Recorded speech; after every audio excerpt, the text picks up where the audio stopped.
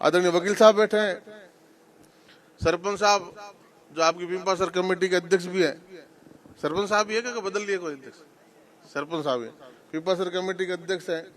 और अभी टोपी तो उनकी शिकारी जैसी लगती है, लेकिन विचार उनके इस पर्यावरण प्रेम को जिंदा रखने के लिए, जीवों के लिए समर्पित हो जाने का, और तलवार की धार हमें तलवार की तरह इनकी कलम चलती है। कलमकार है, पत्रकार है, राजस्थान पत्रिका में। ऐसे हमारे साथी मोहन जी का भी जोरदार स्वागत, अभिनंदन। मोहन जी के साथ विराजे हैं, उनका नाम मैं भूल रहा हूँ, कैलाश जी, श्री सावसर से कैलाश जी धारणिया। और राम रतन जी किसी परिचय के मोहताज नहीं है। उधर भाई साहब जो बैठे हैं वो भी किसी परिचय के मोहताज नहीं है।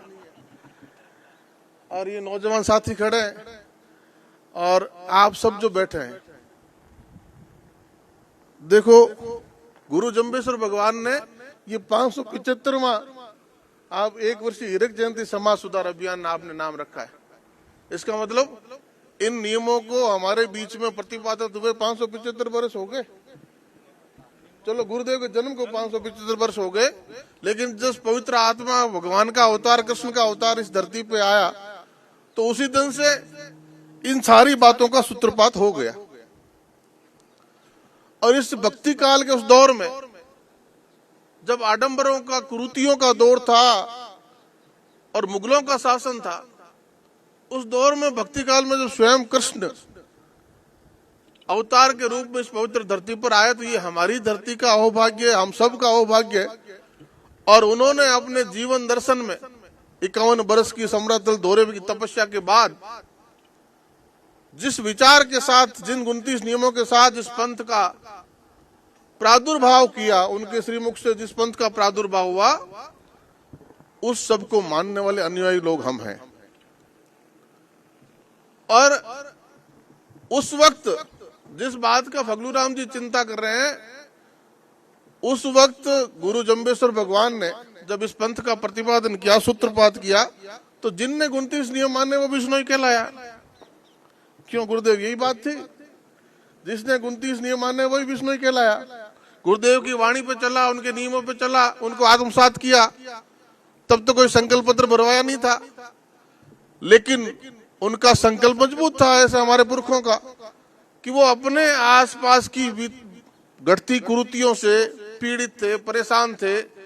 एक अंधेरे में कोई सूरज की किरण गुरु जम्बेश्वर भगवान के नियमों से उनको नजर आई, तो अलग अलग धर्मों से, अलग अलग समाजों से लोग इस पंथ के साथ आए, 29 नियम मानने के लिए आगे आए, पाल लिया, बिश्नोई कहलाए। उसके बाद परिपाटी चल पड़ी कि बिश्नोई के पेट से पैदा होगा वही बिश्नोई है। लेकिन अभी फगलू राम जी ने बहुत कीमती बात कही कि हम जन्म से भी बिश्नोई होने चाहिए और कर्म से भी बिश्नोई होने चाहिए। और हमारी जितनी आबादी इस मुल्क में है, इस धरती पर है, हम तो जन्म से बिश्नोई मान ले अपने आप को, कर्म से भी बिश्नोई है, लेकिन हमसे हजारों गुना संख्या ऐसे लोगों की भी है जो कर्म से बिश्नोई है। जन्म से भलाई ना हो, इस धरती पर कर्म से बिश्नोई है। आपने दृष्टांत गुरुजी को बोलते सुना होगा, संतों को बोलते सुना होगा कि सभी जाति बिरादरी से लोग हमारे बीच आए, एक सुंदर पंथ का निर्माण हुआ। और आज भी हमें उनके साथ सामंजस्य, तारतम्य बिल्कुल बिठाए रखना होगा, क्योंकि अकेला व्यक्ति, अकेला समाज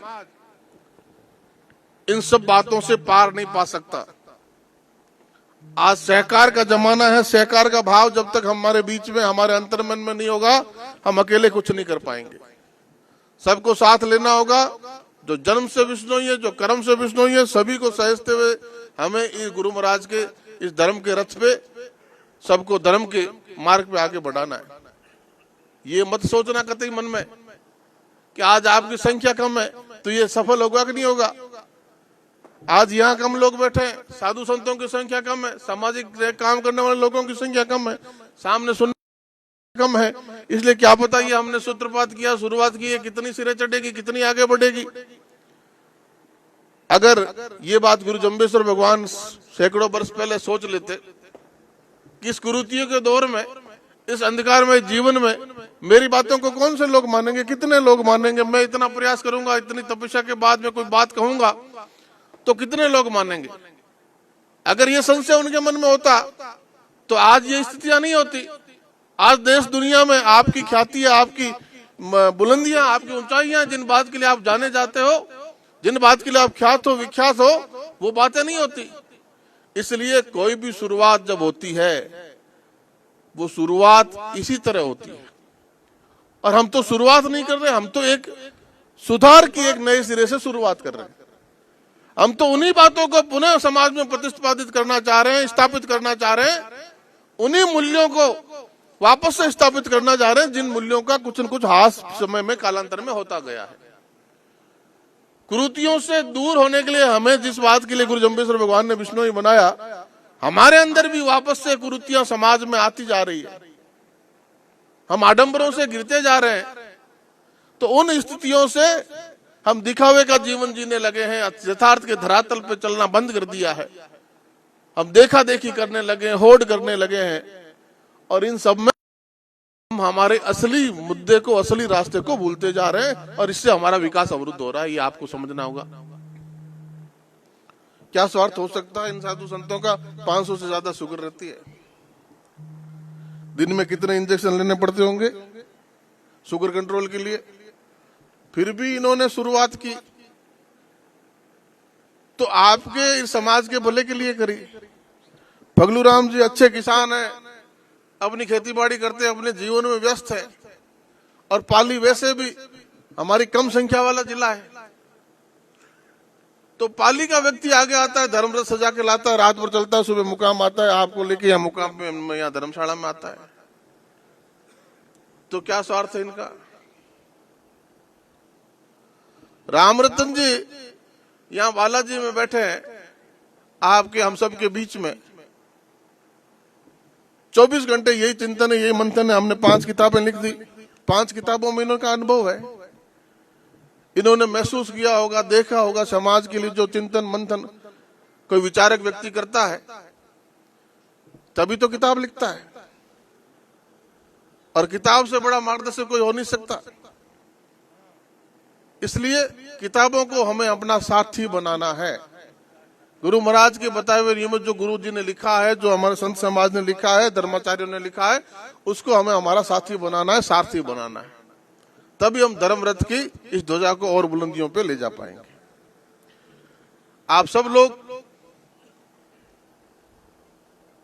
विचलन, बाधाएं खूब आएंगी। उंगली उठाने वाले लोग हमारे बीच में से खूब आएंगे। कई आक्षेप लगाएंगे, कोई शाबाशी देगा, कोई धन्यवाद देगा, कोई हमें कमियां निकालेगा, कोई मीन मेख निकालेगा। ऐसी क्या जरूरत पड़ गई समाज को कि हमें ये चिंतन मंथन करने की जरूरत है कि समाज सुधार की जरूरत है? समाज में क्या बिगाड़ है भाई? समाज में क्या हो गया, क्या बिगाड़ है जो ऐसे धर्म मंथन की जरूरत पड़ गई, चिंतन की जरूरत पड़ गई, रथ लेके निकलने की जरूरत पड़ गई? लेकिन ठहरा हुआ पानी हमेशा छलांग मारता है, रुका हुआ पानी सड़ता है। इसलिए पानी हमेशा अविरल बहता रहना चाहिए। ये जो सरिता है सनातन की, ये जो सरिता है हमारे गुरु जम्बेश्वर के नियमावली की, ये जो सरिता है 120 शब्दावली की, ये सरिता सरल लगातार कलकल करती बहती रहनी चाहिए। और उसके लिए संकेत मात्र है धर्म रथ, उसके लिए सारथी के रूप में है साधु संत, सामाजिक लोग जो गांव गांव जाएंगे, मंदिर मंदिर जाएंगे। नौजवान साथी सिमर साहब ने कितनी अच्छी बात कही कि मंदिर तो हमने गांव में बड़े बड़े बना लिए, और बड़े बड़े क्या बना लिए भाई, मोहल्ले वाइज बना लिए, गोत्र वाइज बना लिए कि नहीं बना लिए? लेकिन उन पत्थरों का निर्माण करने से क्या हम, हमारी जो गुरु जम्बेश्वर भगवान हमसे अपेक्षा की और जिस उद्देश्य के साथ हमें ये झंडा दिया, हम ऐसा कर पा रहे हैं क्या? हमने करोड़ों रुपए का मंदिर बना दिया गांव में। उस करोड़ों रुपए में थोड़ा सा पैसा हम समाज में ये जागरूकता आ जाए। समाज के पास पैसे की कमी नहीं है, सामाजिक सरोकार के लिए समाज के पास पैसे की नहीं है। गुरुदेव ने लंबे समय तक सरकारी सेवा में, शिक्षा के क्षेत्र में काम किया है। जिला स्तर के अधिकारी से सेवानिवृत्त हुए। ऐसे ऐसे विद्यालय दर्जनों हमारे बीच में उदाहरण के रूप में है। एक शिक्षक ने अपने सरकारी विद्यालय में, जिसको सरकार करोड़ों का अनुदान देती है, तनख्वाह सरकार देती है, भवन का पैसा सरकार देती है, अभी भी मैं आपदा रात में हमने पैसे भेज रखे थे, अभी सरकार से स्वीकृत होकर हमारे विद्यालयों में सैकड़ों करोड़ रुपए आए हैं। वो सूचना मैं भी देख रहा था। तो वहां भी सरकारी संसाधनों में कहीं कमी रहती है तो एक शिक्षक अपील करता है समाज से, और समाज उठ खड़ा होता है। समाज उठ खड़ा होकर उस गांव के अपने सरकारी विद्यालय में लाखों करोड़ों का काम करा देता है। ऐसे दर्जनों उदाहरण है। और जिस दिन समाज इन छोटे छोटे प्रयासों से उठ खड़ा होगा, हमें चिंतित होने की जरूरत नहीं है कि भाई राम सेतु का निर्माण हम ही करेंगे, नल नील हम ही होंगे, या जामवंत हम ही होंगे। नहीं, हम उस गिलेरी की तरह भी हो सकते हैं जो थोड़ी सी मिट्टी उठाती है, पानी में लौटती है, फिर मिट्टी उठाती है और वहां पानी पे उस पुल पे लौटती है। उसका योगदान भी सहयोगी के रूप में लिखा जाएगा, विनाश के रूप में नहीं लिखा जाएगा। तो हम तो वैसा काम भी कर लेंगे तो अपना जीवन धन्य है। इसलिए ये जो आप काम करने जा रहे हैं, इसकी सुधार की जरूरत है। इस बात को कोई कहता है कि क्या जरूरत है, कौन सा समाज बिगड़ा हुआ है, कौन सा समाज में समस्या है, हम नहीं कहते हमारा समाज बिगड़ा हुआ है। हमारा समाज सबसे सुदृढ़ है, सबसे मजबूत है, सबसे सुंदर है, सबसे स्वस्थ है।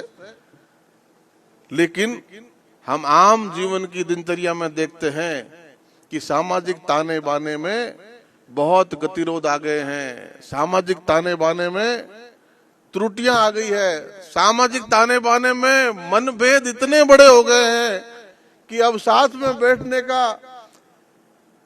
हौसला नहीं रहा, साथ में बैठने का रहा नहीं, बातचीत बंद हो गई, रिश्तेदारों की, भाइयों की, परिजनों की।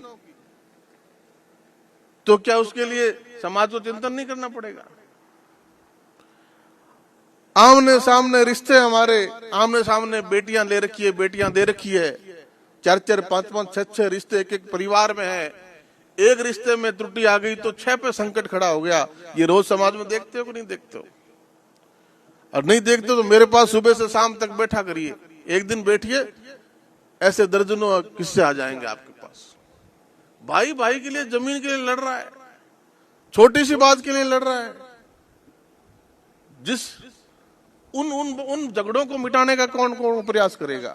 ये मंदिर जो हमने बना दिए, उन मंदिरों में हमारी कमेटियां बने, उन मंदिरों में हमारे 5-7 लोग बने जो समाज में, जो जिनकी बात की कुछ तवज्जो है, कुछ इज्जत है, जो निष्पक्ष बात कह सकते हो। निष्पक्ष बात कहने वाले लोग भी कम है, लेकिन है जो भी, वो प्रयास करें। करोड़ का रुपए लगेगा, मंदिर हमने बना दिया, उसमें 50,000 का कंप्यूटर लगेगा, 2-4 लाख लगेंगे, लाइब्रेरी बन जाएगी नीचे, कुछ और पैसे लगेंगे तो और सुविधा हो जाएगी। तो हमारा साथी विद्यार्थी कोई खाली समय में लाइब्रेरी में आए, सुबह शाम वहाँ, जरूरी नहीं है कि कोई भगवे वेश में बैठा हुआ व्यक्ति वहाँ जोत करेगा या हवन करेगा। हमारे बुजुर्ग, हमारी माताएं बहनें सब करती हैं घर में, वो भी जिम्मेदारी ले लेंगे। मेरे मंदिर में सुबह शाम हवन जोत होगी, ये हमारी जिम्मेदारी, हम तय करेंगे। तो वो मंदिर जीवित हो उठेंगे, जीवंतता आ जाएगी उनमें, और वो मंदिर जैसा सिंवर साहब ने कहा कि संस्कार केंद्र बन जाएंगे, वो ज्ञान केंद्र बन जाएंगे, वो चर्चा का स्थान बन जाएगा, साथ बैठने की जगह बन जाएगी। वरना स्थितियां ऐसी है कि इस मंदिर पे पहाड़ पे ये हाथ देगा तो हम नहीं आएंगे, ये हाथ देगा तो हम नहीं आएंगे। अरे छोटा सा समाज है, तकलीफ होती है इन बातों को देख के। इसलिए सहकार की भावना समाज में भी और दूसरे समाजों के साथ भी हमारी सहकार की भावना होनी चाहिए। सहकार कहता है एक सबके लिए और सब एक के लिए, तभी तो बात बनेगी भाई। एक सबके लिए, सब एक के लिए। नागौर में हमारी उपस्थिति संख्यात्मक दृष्टि से भले ही कम हो, लेकिन यहाँ कम संख्या में भी 20 गांवों के प्रतिनिधि यहाँ बैठे हैं। 20 गांव के प्रतिनिधि आप यहाँ बैठे हैं। एक व्यक्ति अपने गांव में इस बात को बीड़ा उठा के जाएगा, जैसा ये रामरतन जी ने यहाँ से शुरू किया, गुरु जी ने यहाँ से शुरू किया है। तो हम एक भी व्यक्ति का मनभेद मतभेद कम कर पाए, एक भी परिवार को आपस में टूटने से बचा पाए। आज कुटुंब प्रबोधन हमारी सबसे बड़ी समस्या है। सबसे बड़ी समस्या नहीं कुटुंब प्रबोधन, सबसे बड़ी जरूरत है समय की। समस्या यह है कि परिवार एकल हो गए, न्यूक्लियर फैमिलियां हो गई, संयुक्त परिवार का जमाना चला गया। लेकिन आज के जमाने में संयुक्त परिवार की सबसे बड़ी महत्व आवश्यकता है। अभी मैं शिक्षक संघ के एक सम्मेलन में डूंगरगढ़ था, तो 500 लोगों से हॉल भरा हुआ, सभी सर शिक्षक, उनमें कम से कम 100 की संख्या मातृशक्ति की जो शिक्षक है। उनको मैंने पूछा कि ये कुटुंब प्रबोधन का आज का चिंतन है, आज के समय की मांग है, जरूरत है, ये साधु संत भी आपके बीच में जाते हैं, परिवार में जाते हैं, तो पारिवारिक सामंजस्य रहना चाहिए। पहले हमारे बीच कितना पारिवारिक सामंजस्य हुआ करता था, एक दूसरे के साथ हम कितने घुले मिले होते थे। आज वो परिस्थितियां पीछे छूट गई है। आज इस मोबाइल ने आपको दूर कर दिया। घर में बैठे हुए भी आप घर से अपरिचित हो, घर में बैठे हुए भी आप इससे बात कर रहे हो, घर वाले से बात नहीं कर रहे, घरवाली से बात नहीं कर रहे, भाई बहन से, बेटे बेटी से बात नहीं हो रही आपकी। आपके घर में उपस्थिति होते हुए आप घर में उससे दूर हो। तो गुरु महाराज ने उपवास बताया अमावस्या का, तो एक उपवास ऐसा भी करिए कि हम हफ्ते में या महीने में एक दिन ऐसा रखेंगे जब मोबाइल पे बात नहीं करेंगे, कम करेंगे, वो समय हम परिवार के साथ बैठेंगे। कभी ऐसा कोई समय है क्या अपने पास, या कभी हमने ऐसा प्रयास किया कि भाई महीने में एक दिन ऐसा तय करेंगे या 10-15 दिन में एक दिन ऐसा तय करेंगे, उस दिन हम, हमारे पिताजी के 4 पुत्र हैं या 5 पुत्र हैं, 7 भाई है बहने, वो हम सब एक साथ बैठ सके, आज इसके घर कल उसके घर, ऐसा कभी प्रयास किया हमने?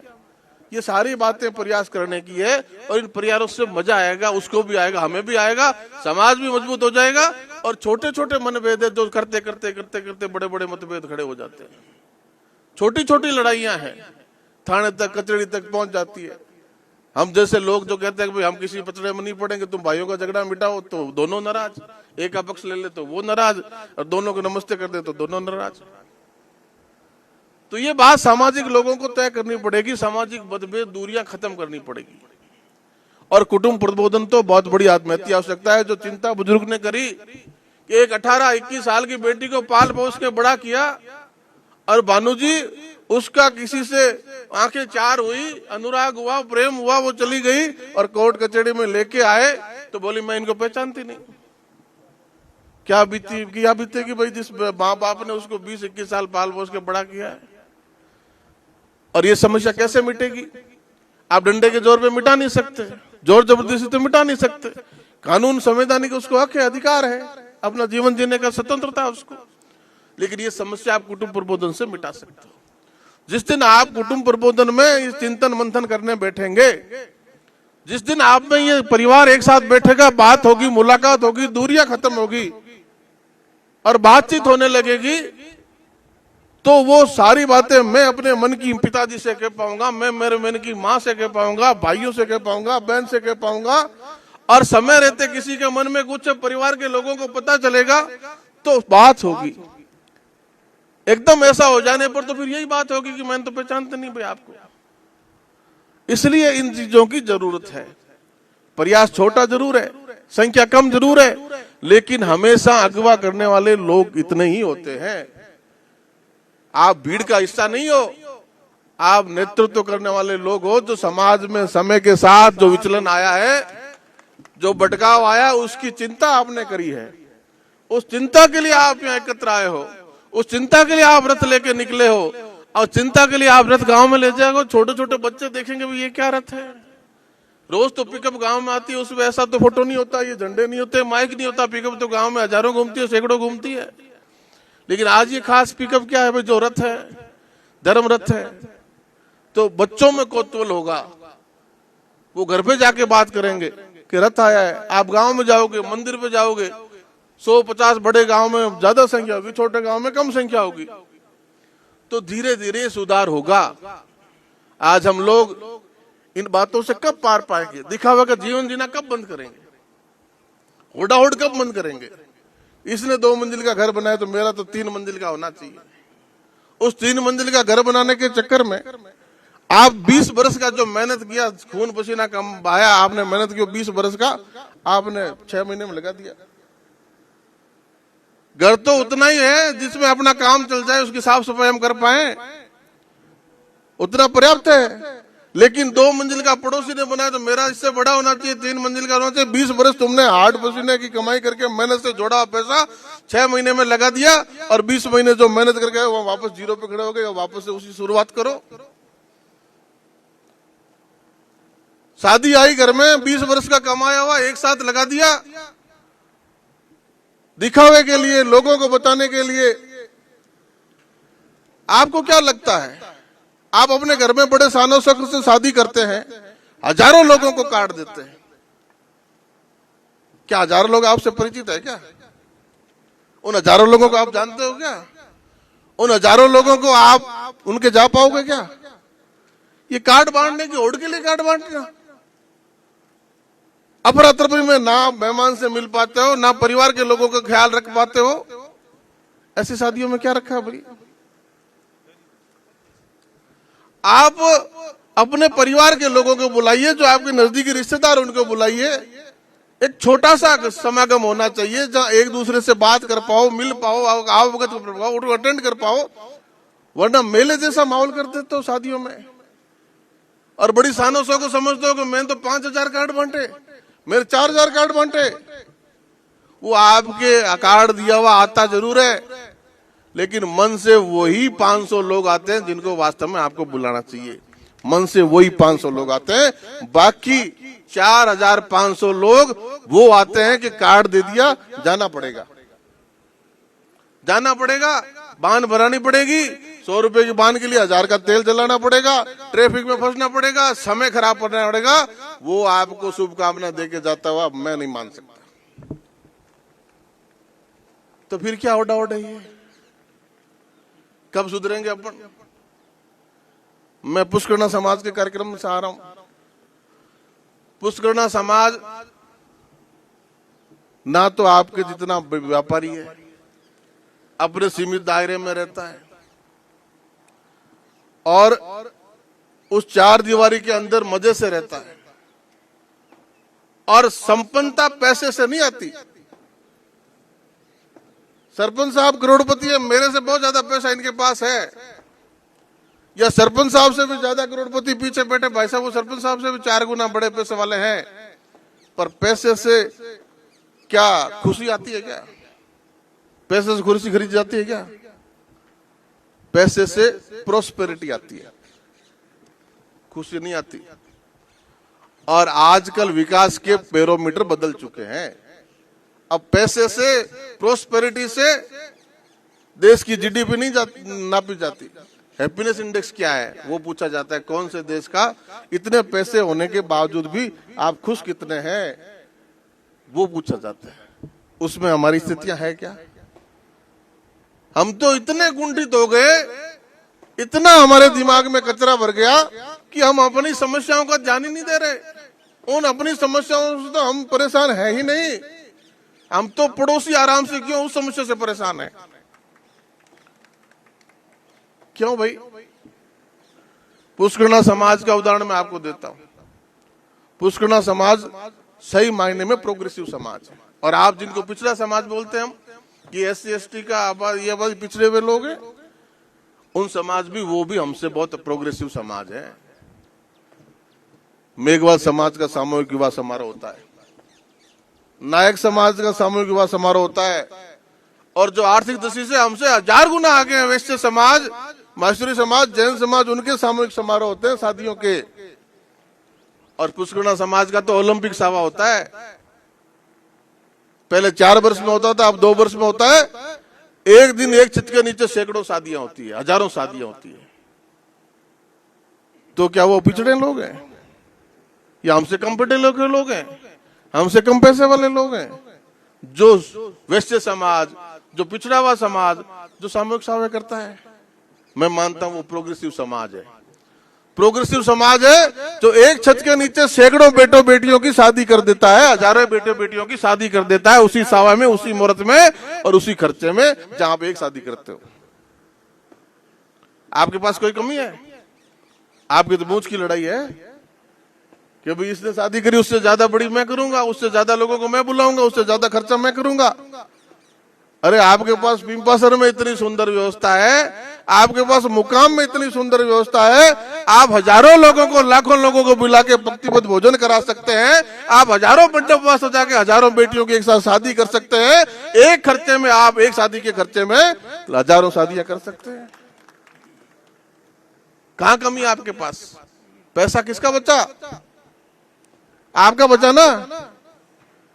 आप अब पंचायत चुनाव आ जाएंगे 4 महीने बाद, पंचायत के चुनाव लड़ोगे, लाखों करोड़ों लगाओगे, लगाओगे नहीं लगाओगे? एक गांव में 4-4 भाई लड़के 4-4 5-5 लगाएंगे, ठीक है। चुनाव तो एक जीतेगा, जिसको 2 वोट ज्यादा मिलेंगे वो चुनाव जीत गया। लेकिन इधर आपसे हमसे थोड़ा आगे चले जाएंगे तो 4 आमने सामने लड़के भी, एक जीता, शाम को गांव में घूमेंगे तो चारों साथ मिलकर घूमेंगे। घूमते कि नहीं घूमते? तो उसी दिन मनमुटाव खत्म। यहां और थोड़ा आगे हमारी तरफ चलो तो वहां क्या स्थितियां हैं? 4 लड़ोगे, 2 लड़ोगे तो दुश्मन की तरह लड़ोगे। चुनाव तो नतीजा आ गया, 5 बजे वोटों की गिनती होगी, जिसको ज्यादा मिला वो जीत गया। और आप मेल जोल की तो छोड़िए, आप अपनी रिश्तेदारियां बांट देते हो। चुनावी पंचायत के चुनाव के चक्कर में आप अपनी रिश्तेदारियां बांट देते हो।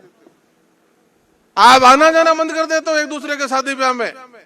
शाम को साथ में घूमना तो दूर की बात रही, आप इतने इस हद तक उस चुनाव को ले जाते हो जो कोई बात ही नहीं है। गांव को जो अच्छा लगा उसको 2 वोट ज्यादा दे दिए, जीत गया। उसको साथ ले लेना चाहिए, जो पीछे रह गया उसको उसके साथ हो जाना चाहिए। नहीं तो 5 साल एक दूसरे की शिकायत करते हैं, दुश्मनी की तरह काम करते हैं, जैसे एक दूसरे को कोई कितना ही बड़ा नुकसान कर दिया हो। तो इनको कब छोड़ोगे? इनसे कब लड़ोगे? इन पे मंथन कब करोगे? इन पे कोई डंडे के जोर पे तो मंथन किया नहीं जा सकता, मनाया नहीं जा सकता। इसी तरह की बात करके, इसी तरह के साधु संतों के कहने से सामाजिक विचार विमर्श ही हो सकता है। तो इन सब चिंताओं को करने के लिए ऐसे अभियानों की आवश्यकता है। समाज में कोई बुराई नहीं। और नशा की जिक्र अभी आपने पहले किया, तो नशा तो भैया, मैं एक नशा करता हूं। वो नशा क्या है कि 2 टाइम भोजन करता हूं, खाना खाता हूं 2 टाइम। और भैया एक आधी रोटी भी कभी ज्यादा खा ली ना तो उसकी घेड़ भी 2-3 घंटे तक आती है। क्या समझे? इसका भी अंश से बड़ा कोई नशा है क्या? आप बता दो कि शाम को भोजन नहीं करोगे, अगले दिन भोजन नहीं करोगे तो चल जाएगा क्या? इससे बड़ा कोई नशा है? ये तो शरीर की आवश्यकता है। लेकिन इसके अलावा दूसरी ऐसी कौन सी चीज है जिसको खाए बिना हमारा काम नहीं चल सकता? बताओ देखो। पानी को पिए बिना काम नहीं चल सकता, अन्न खाए बिना शरीर नहीं चल सकता। इन 2 के अलावा मुझे तीसरी चीज बता दो कि इसको नहीं खाएंगे, इसको नहीं पिएंगे तो हमारा काम नहीं चलेगा। बता दो मुंशवाल भाई साहब, बता दो। ऐसी कोई तीसरी चीज है क्या? वो तीसरी चीज हवा है। सही कह रहे हो, हवा है, इसके बाद काम नहीं चले। चलो चौथी बता दो इनके अलावा।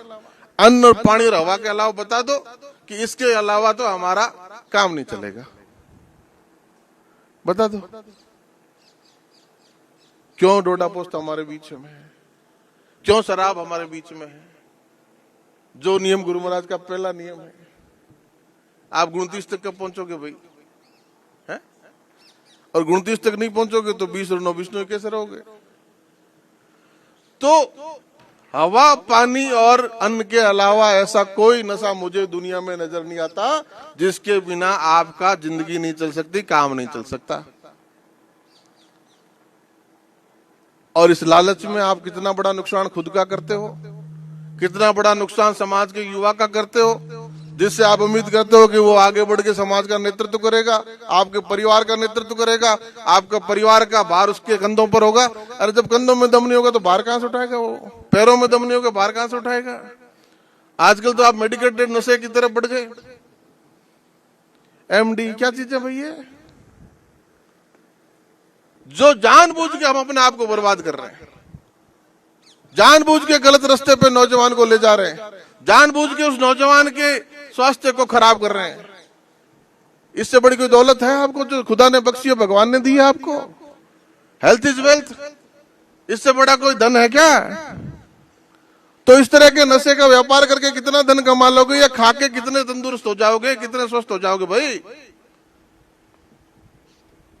तो ये बातें परिवार तक जानी चाहिए। परिवार इस पे चिंतन करेगा, माएं बहनें चिंतन करेगी तो अपनी औलाद को बिगड़ने से रोकेगी, अपनी औलाद पे पूरी नजर रखेगी कि भाई हमारा बेटा बिगड़ तो नहीं रहा है। आज हमारे बेटे बेटियों के पास आईफोन जैसे महंगे महंगे फोन है भाई, और एक गलत आदमी कोई गलत काम करता है, उसकी चकाचौंध में उसके पास गाड़ी है, उसके पास बंगला है, उसके पास पैसे ऐसे खर्च करता है, सोने की इतनी बड़ी चैन पहनता है। यार मेरे पास कोई सोने का आइटम नहीं है भी नहीं, वैसे पहनू कहां से? पर मेरे से रामरमी करते हो ना आप। मेरे में उसके सोना नहीं पहन रखा, कड़ी बड़ी संकल नहीं पहन रखी, कोई ऐसा नहीं पहन रखा, तो मेरे से मिलने से कतराते हो क्या? तो फिर ऐसा क्या हो जाएगा जो मैं सोना टांग लूंगा या हार पहन लूंगा, क्या हो जाएगा ऐसा? अभी कौन कह रहा था कि हाँ, पत्रकार जी कह रहे थे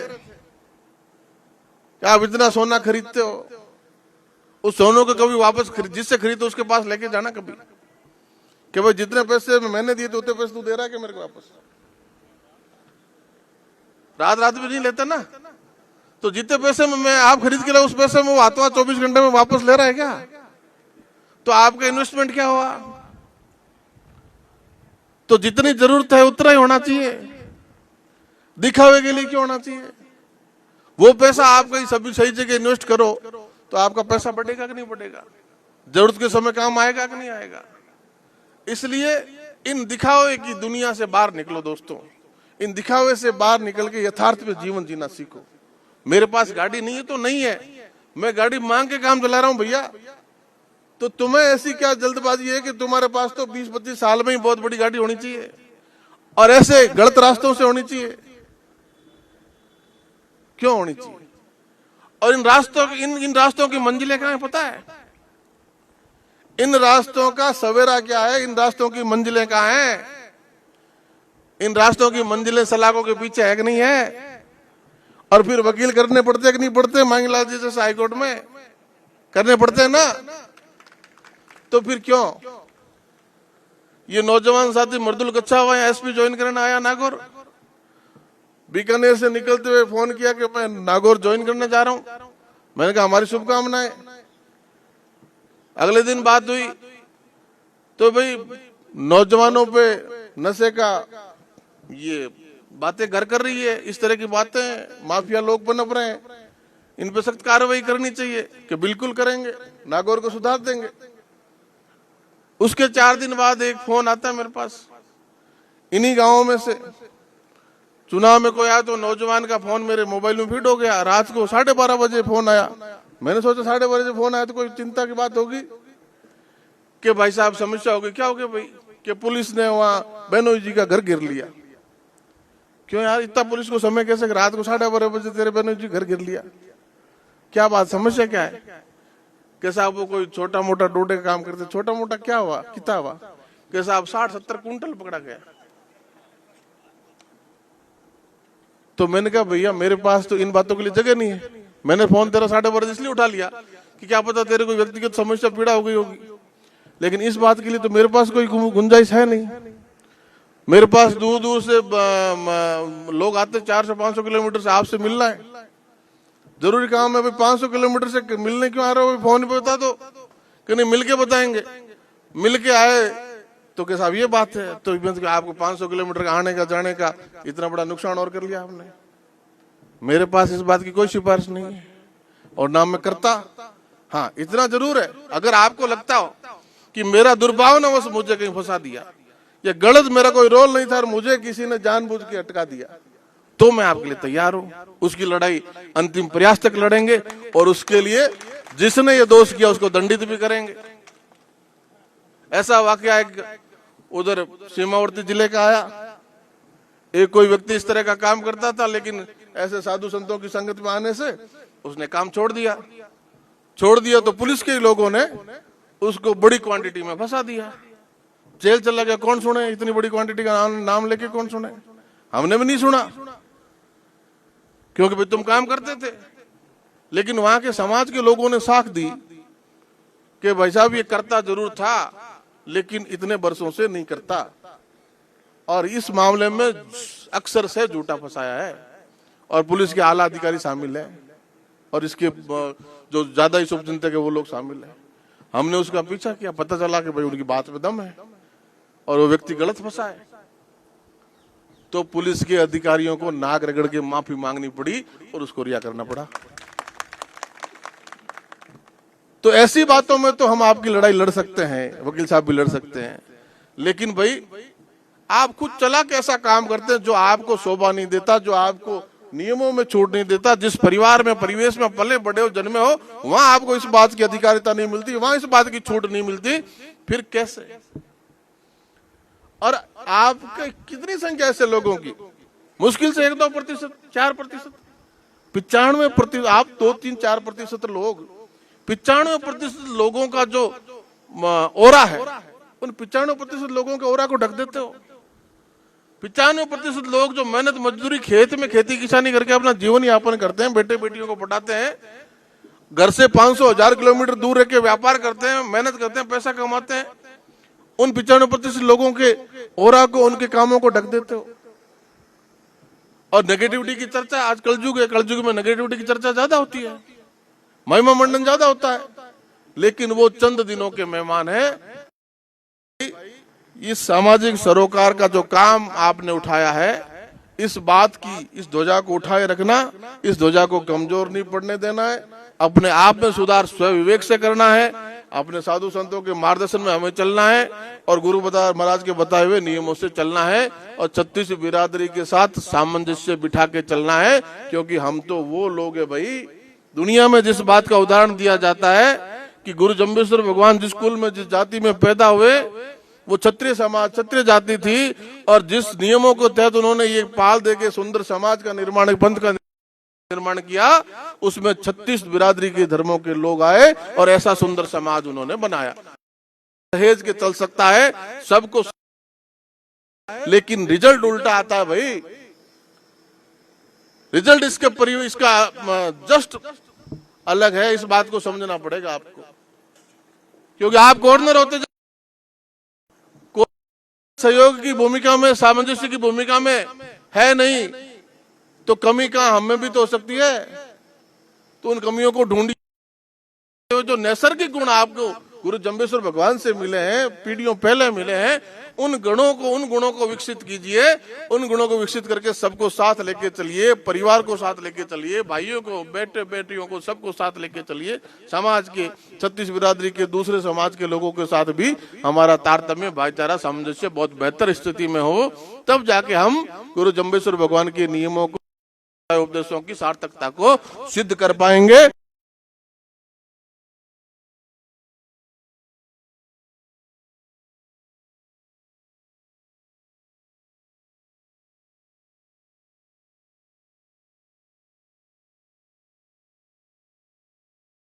जिले का एक फगलू राम जी से भी 1.5 फुट लंबा है और कदकाठी का व्यक्ति है, उसका नाम तो मैं भूल रहा हूं, लेकिन वो अपने नाम के पीछे, जैसे मैं लिखता हूं बिहारी लाल बिश्नोई, तो वो अपना नाम लिखे पीछे लिखता है सारथी। तो मैंने उससे पूछा, भाई आपका गांव ये है, आप तो गोत्र क्या है, बिश्नोई हो, गोत्र क्या, सारथी का क्या मतलब है, ये क्या हुआ? तो कैसा, मुझे भी नहीं पता सारथी, मेरे नाम के पीछे मैं तो लिखता हूँ वर्षों से। तो मैंने कहा कैसे लिखते हो, कोई तो आपको पता होगा। कैसा, मैं वीपी सिंह जी के चुनाव में जाया करता था। वीपी सिंह जी जहां मांडा से चुनाव लड़ा करते थे उत्तर प्रदेश में, हमारे पूर्व प्रधानमंत्री, तो उनके चुनाव में मैं जनता दल का कार्यकर्ता था और उनके हर चुनाव में जाता था। तो मेरी कदकाठी और मेरी पर्सनैलिटी देख के तो मैं उनके, मेरा व्यक्तिगत संपर्क हो गया और मैं चुनाव में गया। तो एक दिन उनकी धर्मपत्नी ने मुझे कहा कि साहब क्या सारथी आप बनेंगे, साहब की गाड़ी आप चलाएंगे, साहब के सारथी आप रहेंगे। अब मैंने उनको कहा कि मैं यहाँ की गलियां नहीं जानता, यहाँ के रास्ते नहीं जानता, तो मैं तो ड्राइवर कैसे बनूंगा? कि नहीं, आप ही साहब के सारथी होंगे। तो उन्होंने सारथी शब्द कई बार बोला और मेरे को सारथी सारथी कहने लगे, तो मैंने तो मेरा नाम ही सारथी रख लिया। तो उसके पीछे मैंने कहा, उन्होंने प्रधानमंत्री जी की धर्मपत्नी ने आपको बताया नहीं भी सारथी का? कि नहीं ऐसा कुछ ना, तो मैंने पूछा ना उन्होंने बताया। तब मैंने कहा वीपी सिंह साहब की धर्मपत्नी राजस्थान से है, देवगढ़ रियासत, छोटी सी रियासत हमारी भीम उदयपुर के पास में, वहां से वो है, और निश्चित तौर पर क्षत्रिय कुल में पैदा हुई तो मां करणी की भक्त रही होगी। और मां जगत जननी मां करणी का सारथी सारंग बिश्नोई था, जो करणी माता के रथ को आंका करता था। और बिश्नोई की पवित्रता, बिश्नोई की मर्यादा, और बिश्नोई अपनी बात का सच्चा है। आज के बिश्नोई की बात नहीं कर रहा मैं, बिश्नोई अपनी बात का सच्चा है। ये प्रमाणिकता है कि जगत जननी मां करणी का सारथी सारंग बिश्नोई था, जो चित्र वहां बड़े बड़े देशनोक में लगे हुए हैं। और जब मां जगत जननी जो लगभग 150 वर्ष तक धराधाम पर रही, और जिस मां जगत जननी करणी ने ये भी काल से भी अपने बेटे को वापस ले आई, तो वो जगत जननी मां जब धराधाम से अंतर्जान हुई तो उन्होंने अपने सब कुल के लोगों को, पुत्रों को, अपने सहयोगियों को, अनुचरों को, सबको दूर कर दिया, और सिर्फ सारंग बिश्नोई को परमिशन दी कि सारंग तालाब से पानी भर के लाएगा और सारंग मेरे शरीर पे पानी उड़ेलेगा। और सारंग को जो सारंग पानी लाया, पानी उड़ेला, और मां इस धरती को छोड़ के अंतर्जान हो गई। तो वो सारंग बिश्नोई का दृष्टांत कहीं न कहीं वीपी सिंह जी की धर्मपत्नी ने पढ़ा होगा, समझा होगा, सुनगा, और तेरा बिश्नोई नाम देख के तेरा बिश्नोई के आगे सारथी लिख दिया। तो ये हो सकता है, कैसा हो सकता है, तो मैं निश्चित तौर पर ये होगा। तो भाई सारथी रथी ये है, तो भाई बिश्नोई से अच्छा तो कोई सारथी हो नहीं सकता। इसलिए किसी के सारथी बनो, किसी के सहयोगी बनो, तो सारंग बिश्नोई की तरह बनना, जो मां करणी का सारथी था, ताकि कोई आप पे उंगली ना उठाए, आप पे कोई क्वेश्चन मार्क खड़ा ना करे। इसलिए आप सबको इस शुरुआत के लिए ढेर सारी शुभकामनाएं, ढेर सारा साधुवाद। और आपने संकल्प पत्र भर के जाएंगे, और मैं तो संकल्प पत्र जरूर भर के जाऊंगा। 3401 ये मेरा क्रमांक है। और मैं तो सामाजिक सेवा में आया तब दिन से संकल्प लेकर आया हूं कि धर्म के रास्ते पे चलूंगा, और वो इसमें आपने लिखा है कि मैं जीवन पर धर्म के रास्ते पे चलूंगा। धन्यवाद।